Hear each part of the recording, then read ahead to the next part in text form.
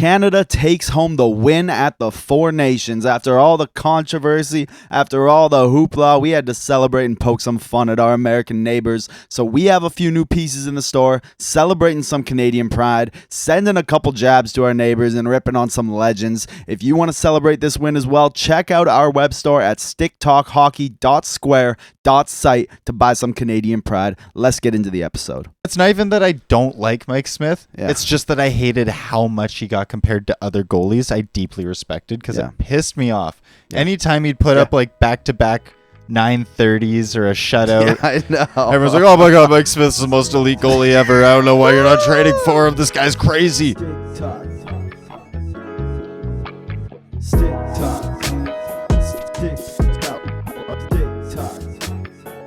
And hockey. Yes, sir. Welcome back, everyone. This is episode 99 of Stick Talk Hockey. The Great Once episode. The Great Once episode. Funnily enough, it's been a really interesting week the way this is all lined up, right? Hasn't it? I mean, we had episode 97. And then, days after that comes out, McDavid scores the golden goal. Now here we are, episode 99, and we just put up our Fuck Gretzky tees on the website. And they're gorgeous. Make sure you check them out. Sticktalkhockey.square.site. That's right. And you can also cop some really nice Statue of Liberty second place tees. That's right. Always second in our hearts and in our minds. Mm-hmm. We also have some Canadian Excellence tees up on there as well. Those are new with the little warning label that says "Hate Silver." Yeah, and what a beautiful design. Did you put that together yourself? Yeah. I mean, I was using Canva and some other stuff, so it still looks very nice. Yeah, I appreciate it. I was very much enjoying the little hidden bits in it. Yeah, it was very nice, very nice. So this is a little bit of a trade deadline preview. For this week. Obviously, next week we're having our big episode 100. Big J will be back in the chair. Trade deadline will have passed. So for today, I want to look through some of the players that should be, could be, and would be on the move. And we'll make some bets on where they're going, where they should be going. And that's pretty much it. And I want to wrap it up by talking about some stakes of the deadline for different teams this year. Yeah, absolutely. So we'll breeze through because there's quite a few players here, obviously. Yeah, I think we're gonna go through 9-10 players thereabouts. Just give quick thoughts. It'll be like an off the record style episode, 3-4 minutes each player. Yeah, and then we'll tidy it up with some housekeeping news and a couple other things at the end for sure. Sweet. So first up, I got Brock Boeser here. I think Brock Boeser is a really interesting one to watch at the deadline because it's so up in the air what is even going to happen with him from the team zone standpoint, right? Like, the word is the Canucks have offered Brock Boeser 5 years, $8 million a year.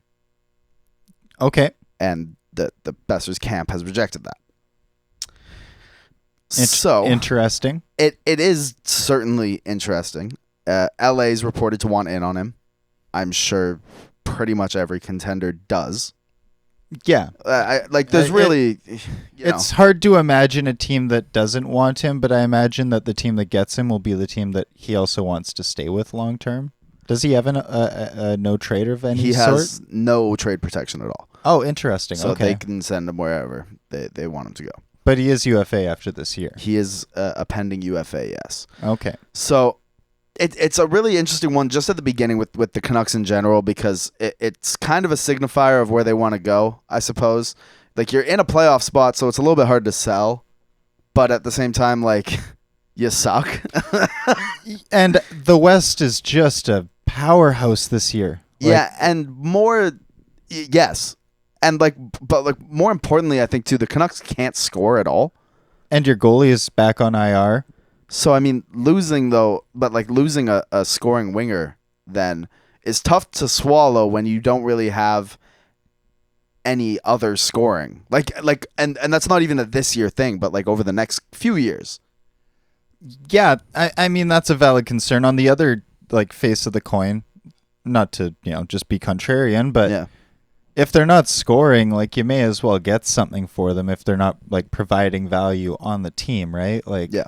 If you're looking down the barrel of, like, bad news, no matter what, you may as well collect what you can for it, especially with an asset of that caliber. Hasn't quite slowed down yet. He's explosive. He's young still. Battles hard. Yeah.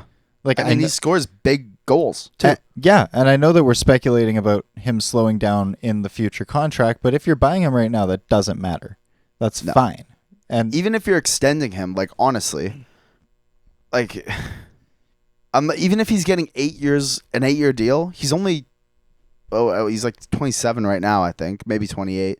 So, like, you're still getting 5 years of that deal of a real scoring winger. You know what I mean? Like, of good value. Good value. I'm not, and especially with the cap going up the way it is, I don't have too many concerns about Brock Boeser. The weird thing is, like, what do you think of Brock Boeser even nets? That kind of prototype, you know, like the big right-handed scoring winger is like always a coveted asset, but does it really net that much? Not exceptionally, not this year, I think. I think this year, like, we're going to see a lot more value going for defensemen. Yeah. As we have in years past. Yeah. I don't think that trend's going to change at all. No, I don't think so either. I just think that scoring wingers inherently have less value because there's so many aging scoring wingers that are being flipped on the market regularly anyways. Yeah. Like, it's one of those things where it's like, yeah, Brock Boeser is going to be sought after for sure if he becomes fully available, but is he going to be that much more sought after than Jason Zucker? Exactly. You know, or Tarasenko. Exactly. And I don't understand that. Don't get me wrong. I don't like Tarasenko as an asset. I know. As soon as a team trades from him, like, they lost. That won't work. Like, I think looking at Tyler Toffoli is probably the best comparable. Yes. Right? Like, he's that guy that moves basically every deadline to bring a scoring punch to your wings. And he typically gets a second and a fifth or something like that. Or a prospect that's all right. And so in that case, like with a guy like Brock Boeser, do you think it's more worthwhile for the Canucks to try and keep that asset or get a second and a fifth for him? Keep it. That was always my stance on this, is that, like, I don't even really want to speculate on where the trade would be because anywhere that needs him. Yeah. But realistically, he likes where he's at. Yeah. I think the biggest issue is probably term. Probably, if I'm not mistaken. Seems to be. And that, I don't know, that can be worked out. Like, it can. If you're both on agreement, you both want to extend your contracts, then like it's just meeting in the middle. Yeah. Yeah. I agree with you. I've been kind of going back and forth on this, like, pretty frequently as I've thought about it through the last few weeks. But I do think, as of right now, I think they should try and just extend the guy. That's pretty much how I feel about it. But, and also, I do think that every single contender will be better with Brock Boeser in their lineup. And I know you weren't huge on it, but I really, really think the Devils. It really grew on me. Yeah. It super, super grew on me. But the catch is I'd much rather see them get a third line center. Because it's been pretty brutal. I'd like to see both, but I also don't want to ask too much because when you ask for too much, you give way too much, you know? I think Andre Palat in your top six is a bigger problem than your third line center. Oh, I absolutely believe it too. I think that that's a massive issue, and I think that the progression of Dawson Mercer's been an equally massive issue. Yeah, it's been a problem. I think that I know he's not on our list, but he would be on my speculative list. Sure. If I was to pick players that were being sent out, probably Lazar. Yeah. Probably Mercer. Yeah. Just because a lot of teams would want that asset. Yeah. And I think Palat stays. He just has an NMC, so you're just kind of screwed there regardless. Yeah, you are. Yeah. But at least if you acquire an asset or two, like you're implying, you can shove him down a little further. Exactly. Yeah. Yeah. Next up, St. Louis Blues have declared it's a fire sale on everyone except Robert Thomas. Okay. Quite the name to latch onto, I suppose. Yeah, that would actually, like I get it, but, like, I don't get it. Yeah. Yeah, I mean, he's their guy. I understand. But so the interesting one there is, goaltending additions don't really happen at the deadline anymore, except like depth goaltenders, right?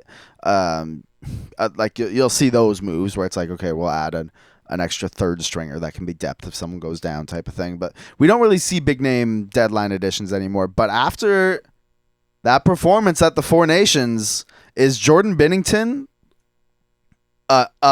a big target for some teams? He should be. He absolutely should be, especially for teams like I would want to say LA if Kemper wasn't so lights out, but even LA maybe because and I'm not a big Kemper guy, so like, I know. Me giving him flowers is a big thing for anyone new to the show. I just believe they could really use someone like that when Riddick has been so bad and you have those injury issues that could potentially arise. Having a big game guy like that, I mean, that could be your next Quick right there. It absolutely could be. And he's just got ice in his veins. He does, yeah. There's something special about that guy. If they truly mean full out fire sale, there are some teams that would be stupid not to get him. Yeah. I'm a big player gal. Yeah, yes. And even now, like, I don't care what you promised your goalie. Yeah. I don't care. Yeah. If the Habs had the ability to sign Binnington or to trade for him, they should. Sorry, Monty. Right. It's time to sit again. Yeah. Like that sucks, but like this guy is like a once in a blue moon. He's a gamer. He's a gamer and he's a certified winner.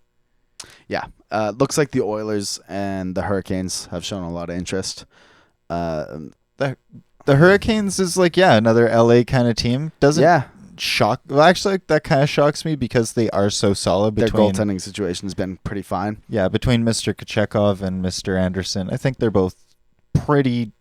You're gonna catch a hot hand on one of them. They haven't really yet, though.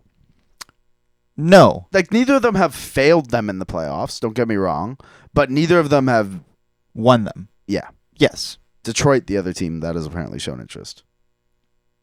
Detroit's just like thirsty to ruin goalies. I don't know what their issue is. They need to chill. Don't add anything, Detroit. Stop. Also, like, don't lick a gift horse in the mouth. Alex Lyon's been amazing. You're reclaiming his stock. Like you are reclaiming his stock, yeah. Like, keep him in net. Just keep him doing good, and then trade him first. Like, worry about your own issues before you bring in someone like Jordan Binnington. Oilers should do it. Yes. Yeah. And they should be paying big money to do it. Shouldn't matter what the cost is. Yep. Don't care how scared you are because the Campbell thing didn't go well. This guy is gonna be around for a minute. Yeah. And Skinner is shaky. We've said it before. And I'll say it again and again and again. Like, yes, Skinner does not inspire me in the playoffs. He shouldn't. Stuart Skinner. I'm pretty sure I've gotten this exact takeoff already on here, but like the going to Game 7 of the finals thing, and the fact that he never was like horrific, really has just changed the whole narrative. Like, I mean, because this narrative was, what are the Oilers going to do about their goaltending? We were panicking. And we're not Oilers fans. No. Everyone was panicking. And then he has like a couple month run in the playoffs where he doesn't kill you. And now he's back to being bad, and people are still like, well, but he's all right. He's kind of elite. I actually, since we're talking about it, I have this stat in here for the end of the show. I want to just say him now. Go. Skinner's played against top 10 teams this year. He's 3-12. Yuck. .876 save percentage. Oh. -11 goals saved above expected. Woof. Yeah, no, he's not been special. Like, and that continues to be the point. Is like, he's again one of those goalies that's good enough to be in the show. Absolutely. But like, not on a cup contender. That's not something I'd bet my farm on. Well, no, like he's not a good NHL starter. The numbers say it repeatedly. And look, that's not to say that he's not good sometimes. Every NHL starter is. The difference between bad starters and good starters is the good ones are good all the time. Say it louder for the people in the back. That's exactly it. The good ones are good all the time. The bad ones doesn't mean that they're just always letting in horrific goals every single game. They're going to give you good NHL games. They're going to give you wins. They're going to look fine, but they're going to have stretches like Stuart Skinner's having right now where they've lost 5 in a row and he's looked horrific the entire time. Mike Smith type beat. It's not even that I don't like Mike Smith. Yeah. It's just that I hated how much he got compared to other goalies I deeply respected because it pissed me off. Yeah. Anytime he'd put up like back-to-back 930s or a shutout. Yeah, I know. Everyone's like, oh my God, Mike Smith's the most elite goalie ever. I don't know why you're not trading for him. This guy's crazy. It's like, no, he's not. He's incredibly streaky, and that's fine if you're a rebuild team that's going to be streaky. I'll never forget that goal that got scored on him from like the other team's own blue line, and he like got up and was like looking around, like blaming his defense. That's that. Yeah, I'd like to see him move. I would really like to see him move. I'd love to see it. I'd love to see Binner in the playoffs, and I would love to see him go to a West Coast team. I think that any team in the West Coast should desperately be looking, whatever the cost, to get this asset, because at one point or another, you have to imagine if your playoffs are going well, you're gonna meet a hellebuck. Yeah. And you have to have some kind of answer. Absolutely. So we're going to keep on the Blues here for a second, which, first of all, good for the Blues. I'm not going to lie. We've said multiple times this year that this might be the most directionless team in hockey. So good for them. Jordan Kyrou looks to be a lot of interest here. The Devils, the Hurricanes. The next one's the Anaheim Ducks, the Buffalo Sabres, and the Chicago Blackhawks. Apparently all have interest in Jordan Kyrou. Now, intriguing. I mean, obviously some contenders in there that could use the additional scoring, as everyone could. Buffalo, don't add. Don't do that. Just don't do that right now. Chicago, I like the idea. I really think they need a staple next to Connor Bedard. They just need one. I was so on board with that, especially since he's like a center left wing option. Or right wing, sorry, excuse me. Like, I love that because if you want to take Bedard off the center, if things aren't going well for a little bit, or there's like a really tough matchup you're concerned about, you can do that and keep them together. Yeah, and have the chemistry built. Exactly. But Chicago's a team that cannot suck this bad anymore. No. It's going to just so terribly and tragically affect your draft stock. I really think that, like, when I talk to casual fans about it, and I don't mean that like in a derogatory way, like casuals. I just mean like people who are like tuned into the league but not like super in depth. I don't think they really understand how bad the situation is in Chicago right now. Like, people are like, oh, Bedard, he's just kind of not very good this year. And last year he's been kind of like, it's like, no, like, you really don't understand. This guy is probably in a worse situation than Connor McDavid was when he joined the Oilers. Hands down. I don't doubt it for a second, because Bedard is sucked. That kid is very mentally sound. Yeah, absolutely. He is so composed. And to see him like so hopelessly lost and upset and like clearly affected in game from like the outcome they're achieving. Yeah. It's a tough look to see, and this is a team that can't just tank anymore. They need to start adding and building around him ASAP. Yeah. I think they need to have a culture shift. I think that's more important than the results shift. They need a culture shift. Yeah. It might be too late, though. Like, if they put the expectations on winning quickly on Bedard, you can't then move away from that. But like, they're not going to be good enough to be like a fringe playoff team next year. There's not enough you can add. There's not enough hope in the world, especially unless you like are. That's why you're not holding on to any cap, and you plan to like spend $25 million at the deadline. Mikko Rantanen and Brock Boeser and every UFA. I mean, and Mitch Marner. Yeah, like I so strongly doubt it. You know, me too. Yeah, like it worked great for Nashville this year. So good call. Yeah, Rush the rebuild. Just shoot yourself in the foot and drop all your blessings on the floor. No, it's a terrible idea. Yeah, it is. But I like the idea of adding Kyrou for the options it gives them and the fact they just need someone good in there. Yeah. It might not feel like it, but spring's right around the corner. Know how you can tell? Golfers are hitting the links, and we have some tournaments to talk about. And if you want to do more than just talk, put your money where your mouth is. Get in on all the tee to green action with DraftKings Sportsbook. From Thursday's opening round through the closing round Sunday, DraftKings Sportsbook has you covered with tournament props, live betting, odds boost, and so much more. If you've never bet on golf before, it's easier than you think. Just pick something simple like a golfer to win the tourney and make your pick. It's that easy. Here's something special for first-timers. New DraftKings customers bet $5 to get $150 in bonus bets instantly.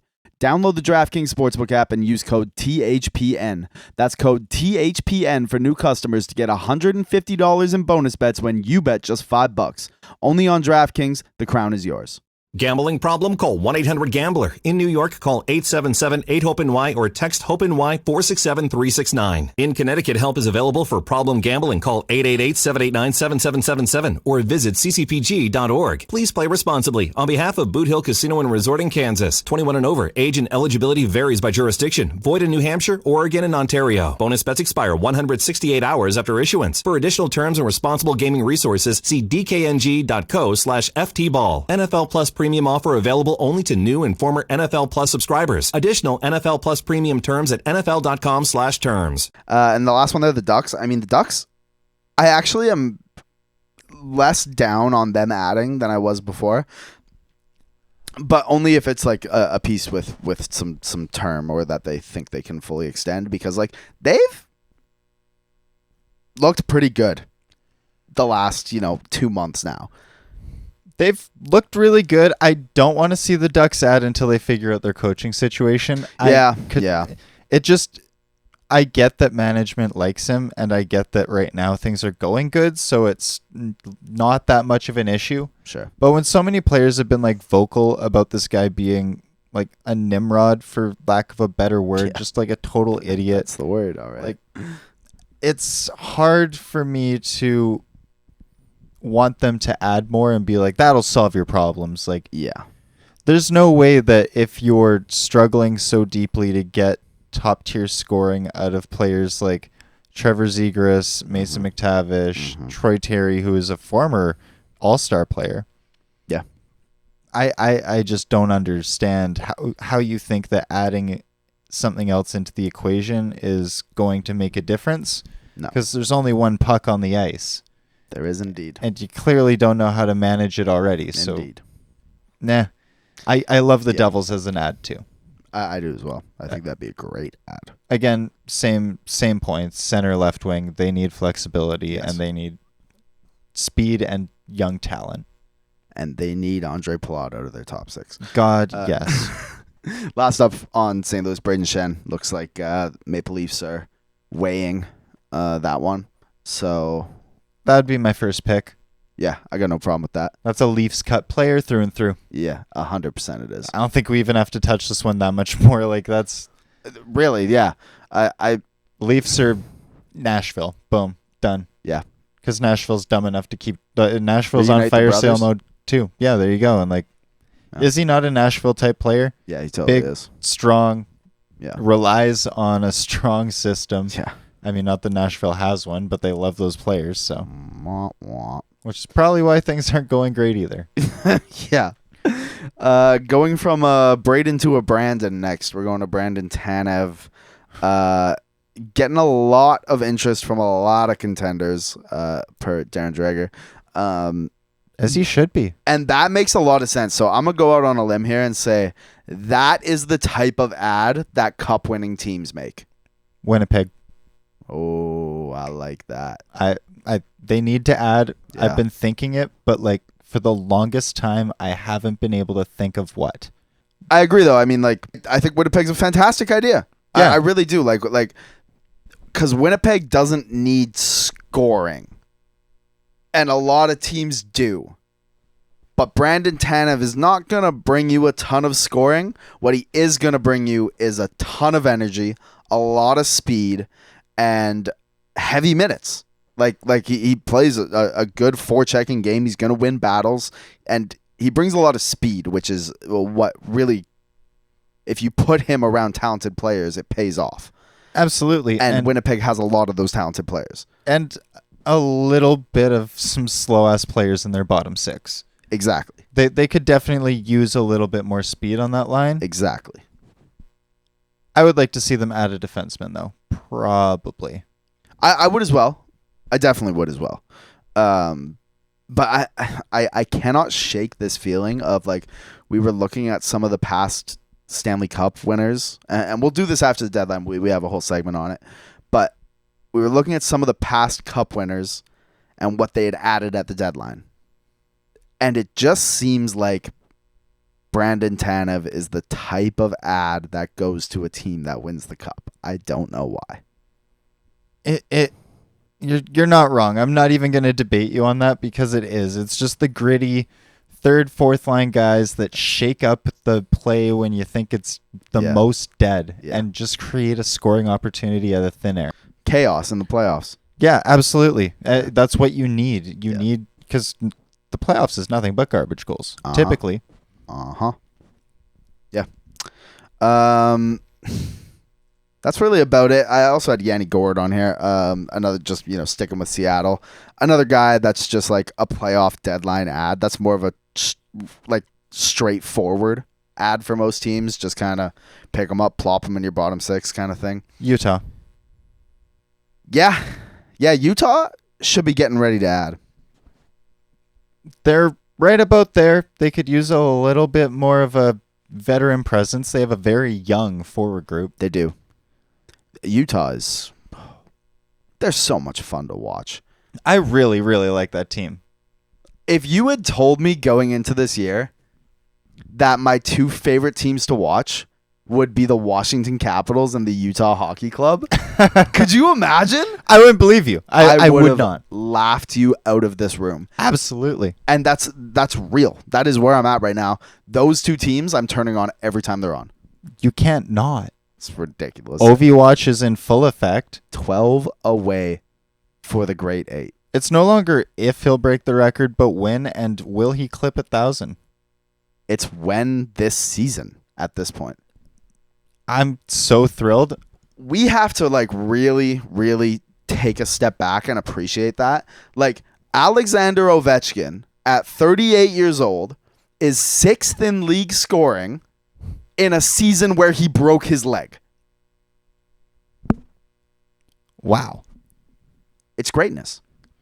It's nothing short of greatness. It's something we may never see again in the NHL. No, and I mean, we were joking about this in the group chat where we were like, oh, he could make it this year. He probably could. And Jackson said, well, he'd need to get a hat trick like almost right out of the break for that to even be tangible. Mm-hmm. And what did he do? Sure enough. You can't count this guy out. You just can't. You can't do it. Russian don't break. A Russian machine don't never break. So last up here, I just wanted to last up on the deadline things. What team do you think this is the highest stakes deadline for? Like, I'm looking around. I mean, you got to think it's these teams that have been knocking on the door and need to hit. It's your Carolinas, it's your Dallases, Toronto. I mean, I'm looking honestly like obviously Edmonton as well, LA. Like, these teams that have been knocking on the door and need to break through. See, Edmonton, I wouldn't know where to start on adding. Yeah. Because that's a team that's so broken, but somehow simultaneously holding it together. It doesn't make sense. They're just good and 97. Don't touch it, 97 and 29. That's why. If you're going to look to add, it's a goalie, and yeah. I just I don't think they have it this year. I just don't think that they have enough. Jeff Skinner's been a terrible ad, as we assumed. Well, and that's kind of the other thing about the Oilers is like they did already add in the offseason. Like they added Arvidsson, they added Skinner. They haven't really worked, but like it's not like they've been holding out to add at the deadline, gearing up for a run. Exactly. And honestly, Winnipeg still just comes to mind as like, this might really be This might be it. This is the big push. Yeah. I don't know if you're like, we know Winnipeg's not an attractive city. No one wants to sign there. It's a frozen tundra, and there's basically nothing to do. No offense, Winnipeggers, Winnipegites, Winnipegtonians. Winnipeggers. Winnipeggers. We're rolling with that now. That might be what they call themselves. I don't know. Just peggers. Peggers. Beautiful. Yeah. That's the intro. No, it's honestly though, it's such a shame. Like I love watching this Winnipeg team play hockey as well. They're so sick, and they will once again be ruined by playing that man too many games. Yep. It's a shame because if they could keep him, if they could have kept Hellebuck to under X amount of games, 60, and that's including the Four Nations, by the way, not excluding it. That was a big concern of mine. If they could have done it, they would be my number one pick to win the Cup this year, and they're just not. I don't know who my number one pick is, but they're in my top 3. Yeah. But only if they add. Only if they add. Sure. They need a little bit more toughness, and they need a little bit more speed. You can find that on the blue, or you can find that in your bottom 6, but like you need to capitalize on the momentum and the brilliant season that you've had. Yeah. And you need to capitalize on Hellebuck still being in his prime and Scheifele still giving you value while he exits his. Very fair. Very fair. Yeah, I couldn't agree more. So Winnipeg, that's your pick? That's my pick. I'm sitting pretty firmly on Winnipeg. Yeah. Mine is actually the team for the last player we have here because we didn't do our last player yet. We missed one. All right. Yeah, no, it was the big one too. I meant to save him for the end. Mikko Rantanen. So we got to break down the Mikko Rantanen thing because it's really just a wait and see thing, right? Hurricanes apparently aren't close to his $14 million a year ask. Well, that's what was first reported, and then they said they offered him 12.5. I think that's fairly close. They offered 8 years at 12.5. Sarah Valley reporting that they don't want to keep him past the deadline if he's not extended, and he's expected to let the Hurricanes know pretty quick here.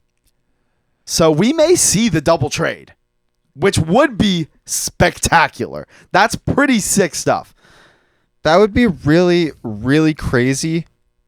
And I don't really know what to think of that because on one hand, you have to imagine that Carolina loses the leverage having to flip him with the league knowing they aren't going to get the re-sign they want. Yeah.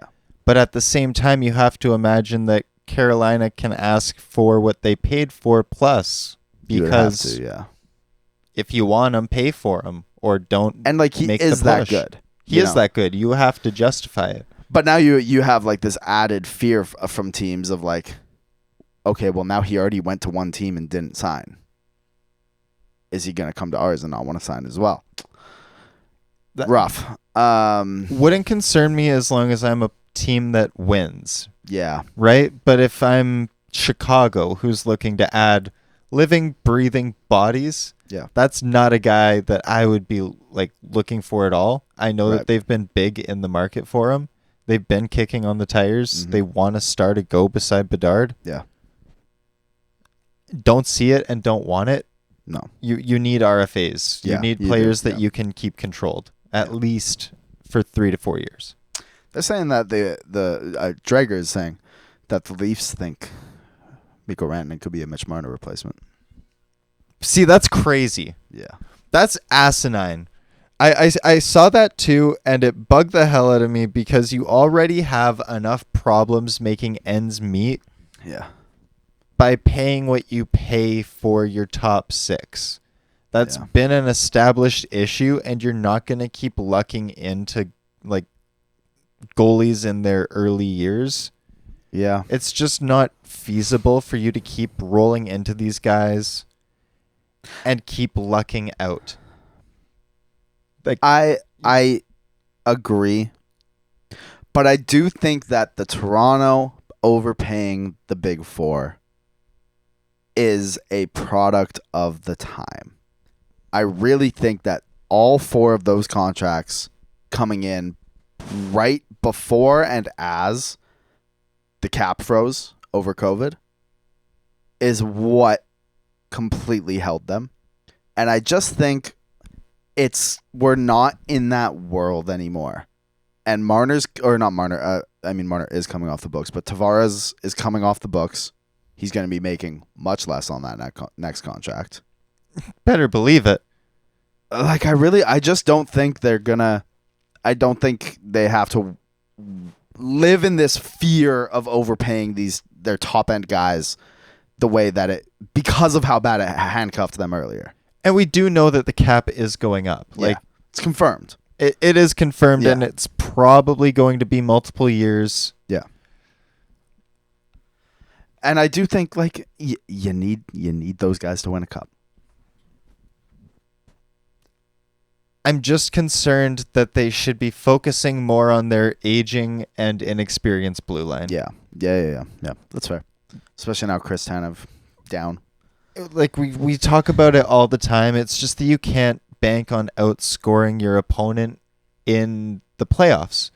I mean, obviously that's how you win a game, duh. But like in like the tangible sense of like you're not just gonna score 7 goals on a team every game. Not with that Igor, they're not. Not with Morgan Riley as your number 1 offensive defenseman. No, he's been awful this year. Exactly. And beyond that, like you need players that are able to keep your team to letting 2 goals in.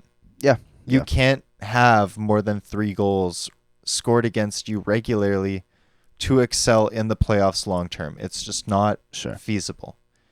You can make it work short term if you're a team that, wants to just make a first round, second round appearance. Yeah. It's cute. Yeah. Devils tried it.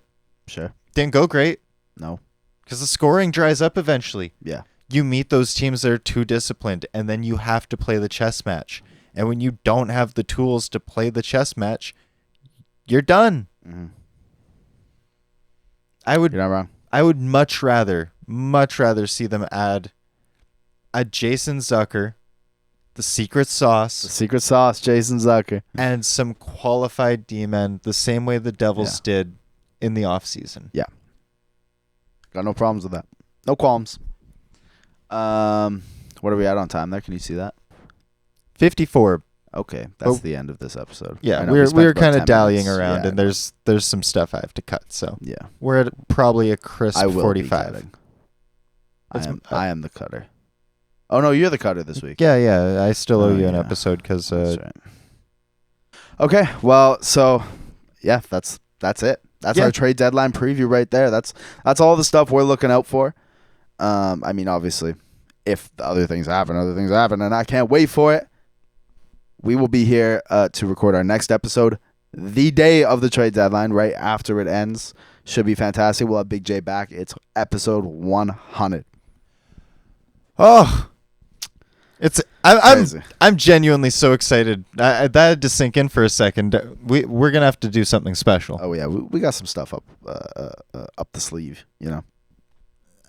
I've heard of some of the plans, but we're definitely gonna have to hem those in a little bit more this week. Yeah. We'll do something good. I'm thinking like confetti cannon, strippers. Yeah. Is that what you're thinking? How do you think our network would respond to that? I guess it depends if it tracks well.